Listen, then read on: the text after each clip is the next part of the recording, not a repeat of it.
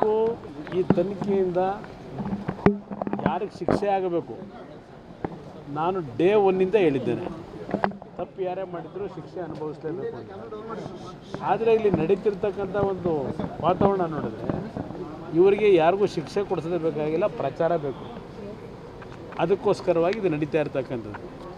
ಇಷ್ಟು ದಿವಸಗಳಾಯಿತು, 15 ದಿವಸದಿಂದ ಏನು ಇವರ ಸಾಧನೆ ತನಿಖೆಯಲ್ಲಿ ಯಾವ ಸಾಧನೆ ಮಾಡ್ಕೊಂಡಿದ್ದಾರೆ ಅದೆಲ್ಲ ಮುಂದೆ ಅಲ್ಲಿ ಮಾತಾಡ್ತೀನಿ ಮೇಲೆ ನಿಮ್ಮ ಜೊತೆ ಫ್ರೀಯಾಗಿ. ಯಾಕೆಂದರೆ ನೆನ್ನೆ ಬೇರೆ ಮಹಾನ್ ಕೃಷ್ಣ ಬೈರೇಗೌಡರೊಬ್ಬರು ಎಂಟ್ರಾಗವ್ರೆ. ಕೃಷ್ಣ ಬೈರೇಗೌಡರು, ಇನ್ನೊಬ್ಬ ನಮ್ಮ ಮಂಡ್ಯ ಲೀಡ್ರು, ಅಲ್ಲಿದ್ದ ರಾಮಲಿಂಗ ರೆಡ್ಡಿ ಅವರು, ಸುಧಾಕರ್ ಅವರು ಎಲ್ಲ ಒಕ್ಕಲಿಗ ಸಮಾಜದ ಮಂತ್ರಿಗಳೇ ಸೇರಿದ್ದಾರಲ್ವೇ. ಹಿಂದೇನೂ ಇದೇ ರೀತಿ ನಾನು ಈ ಭ್ರಷ್ಟಾಚಾರದ ವಿರುದ್ಧ ಹೋರಾಟ ಮಾಡೋಕ್ಕೆ ಹೋದಾಗ ಆಗ ನಮ್ಮ ಈಗಿನ ಸ್ನೇಹಿತರು BJP ಸರ್ಕಾರ ಇತ್ತಲ್ಲ, ಆಗಲೂ ಬರೀ ಒಕ್ಕಲಿಗರನ್ನೇ ಬಿಟ್ಟು ನನ್ನ ಮೇಲೆ ಅಟ್ಯಾಕ್ ಮಾಡೋರು. ಅದೇ ಸ್ಟ್ರಾಟಜಿ ಇವ್ರು ಶುರು ಮಾಡೋದು. ನಾನು ಯಾರಿಗೆ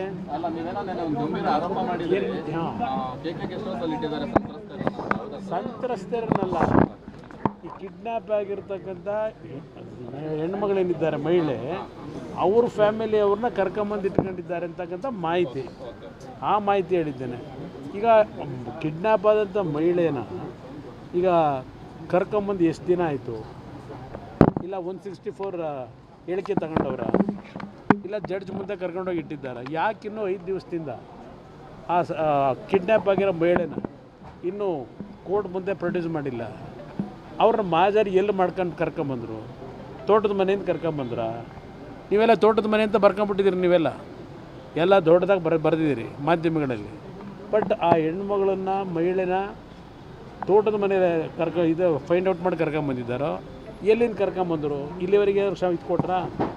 SITಯ SITಯ ಅದರಿಂದ ಮೂಲದಿಂದ ಸೋರಿಕೆ, SITಯ ಮೂಲ ಸೋರಿಕೆ ಇದೆಯಲ್ಲ, ಇದನ್ನು ಯಾಕೆ ಇನ್ನೂ ಸೋರಿಕೆ ಮಾಡಲಿಲ್ಲ SIT ಅವರು?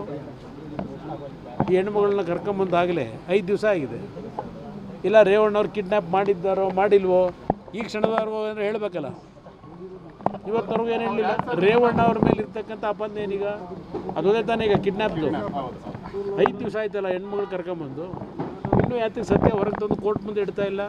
ಸೋಮವಾರದವರೆಗೂ ನಮಗೆ ಇನ್ನೂ ಅದೆಂಥದ್ದು ಅಬ್ಜೆಕ್ಷನ್ ಹಾಕೋಕ್ಕೆ ಟೈಮ್ ಬೇಕಂತಲ್ಲ. ಅಂದರೆ ಇದರ ಅರ್ಥ ರೇವಣ್ಣ ಅವ್ರನ್ನ ಇನ್ನೂ 3 ದಿವಸ ಜೈಲಲ್ಲಿ ಇಡಬೇಕು. ಹಠ ಸಾಧನೆ ಆಗಬೇಕಲ್ಲ ಅವ್ರಿಗೆ, ದ್ವೇಷ. ಇದು ನಡೀತಿ. ಇದಷ್ಟೇ ಇವ್ರಿಗೆ ಬೇಕಾಗಿರೋದು. ಸತ್ಯಾಂಶಗಳು ಹೊರಗೆ ಬರೋದಾಗಲಿ, ಯಾರಿಗೆ ಇದರಲ್ಲಿರ್ತಕ್ಕಂಥ ವ್ಯಕ್ತಿಗೆ ಶಿಕ್ಷೆ ಆಗಬೇಕು ಇವ್ರಿಗೆ ಬೇಕಿಲ್ಲ. ಬಹುಶಃ ಜೂನ್ 4ನೇ ತಾರೀಕು ಆದಮೇಲೆ ಈ ಸಬ್ಜೆಕ್ಟ್ ಸತ್ಯ ಹೋಗುತ್ತೆ ಅನ್ನೋ ಗೊತ್ತಿಲ್ಲ. ಭಾಳ ಇಶ್ಯೂ ಇದೆ, ಅಲ್ಲಿ ಮಾತಾಡ್ತೀನಿ. ನಾನೇ ಪ್ರೊಡ್ಯೂಸರು, ನಾನೇ ಡೈರೆಕ್ಟ್ರು, ನಾನೇ ಕಥಾನಾಯಕರು.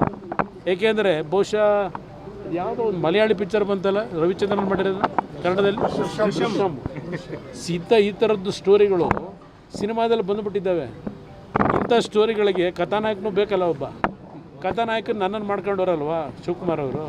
ಸಂತೋಷ, ಕಥಾನಾಯಕನಾಗಿ ಅಕ್ಸೆಪ್ಟ್ ಮಾಡ್ಕೊಂಡವ್ರೆ, ಇರಲಿ ಬನ್ನಿ. ಗ್ಯಾರಂಟಿ ನ್ಯೂಸ್, ಸುದ್ದಿ ಖಚಿತ, ನ್ಯಾಯ ನಿಶ್ಚಿತ.